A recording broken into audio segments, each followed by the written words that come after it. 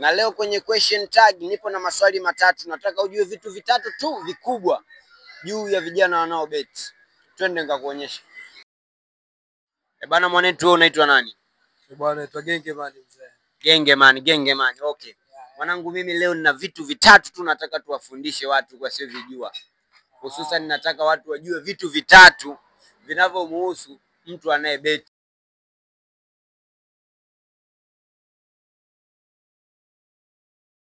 Na ndio nimekuona hapa mapema sana saa 5 mmeshawasili ofisini. Sana mtu wangu wa nguvu leo nataka nikuonyeshe vitu vitatu sivyovijua kuhusu vijana wa Gen Z, vijana wanaobeti. Unajua swala la kubeti watu wanalizungumzia sana ila walijui kwa undani. Ila utajua zaidi. Okay, cha kwanza.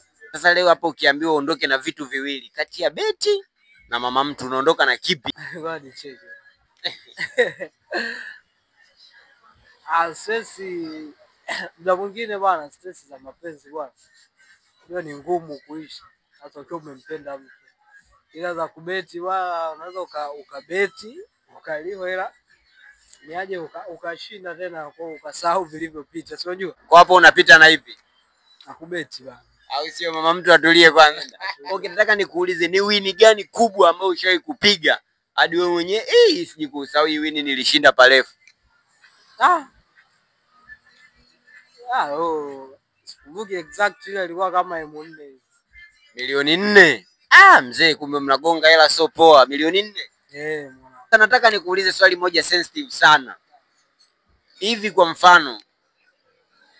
mfano katika vitu viwili wakikwambia kati ya mahusiano na kubeti uchague swala moja uachane nalo, utaachana na kipi na utaenda na kipi? Utaondoka na kubeti mzee. Wewe dini gani? Mimi Islam. Islamic eh? Dini yako inaruhusu kubeti?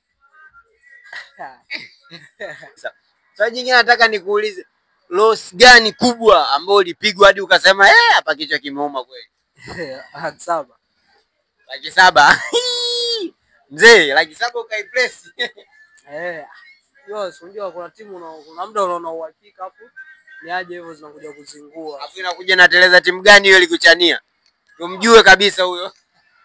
Mwanangu hiyo siku sisahau bwana. Nilitia 700 afu timu zilikuwa hizo. Zilikuwa mbili. Alikuwa zote au?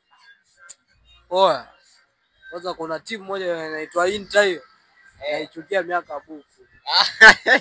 Ndio ilikuchania mkeka.